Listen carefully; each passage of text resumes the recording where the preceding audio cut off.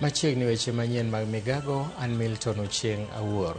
Duoko mar penj maduong' mar KSCE ma higa 2025 ochiwo ayanga odiechieng' ma kawuono gi jatend migao mochung' ne weche mag somo Julius Ogamba.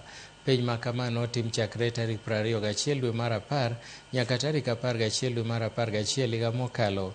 Jopuonjre 993,226 ne otimo penj mar KSCE higa mokalo, ka ewi mano kwan jopuonjre ma yawuoyi ne gin 492,119 ka jopuonjre ma nyiri ne gin 501,214. The 2025 KSCE examination results have been graded using the reviewed grading system, in which the overall grade at KSCE examination considers mathematics, the best performing language among English, Swahili, and Kenyan Sign Language, and the best performed 5 subjects. There were 1,932, which is 0.19% candidates who obtained an overall mean grade A in the year 2025 KSCE examination.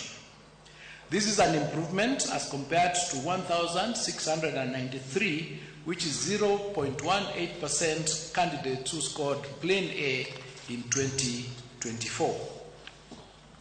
The number of candidates with direct university entry qualifications of mean grade C+ and above was 270,715, which is 27.18% in the year 2025 KSCE examination. This is an improvement compared to 246,391, which was 25.53% in the year 2024.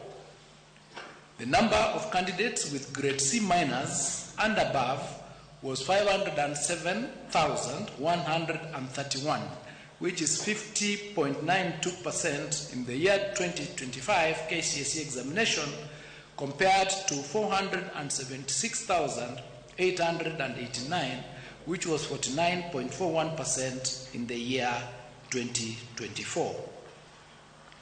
The number of candidates attaining a pass grade, which is grade D+ and above, was 634,082, which is 63.67% in the year 2025, compared to 605,774, which is 62.76% in the year 2024. Jatend migao mar Somo Julius Ogamba oyango ni ne gifwenyo kwan ma jopuonjre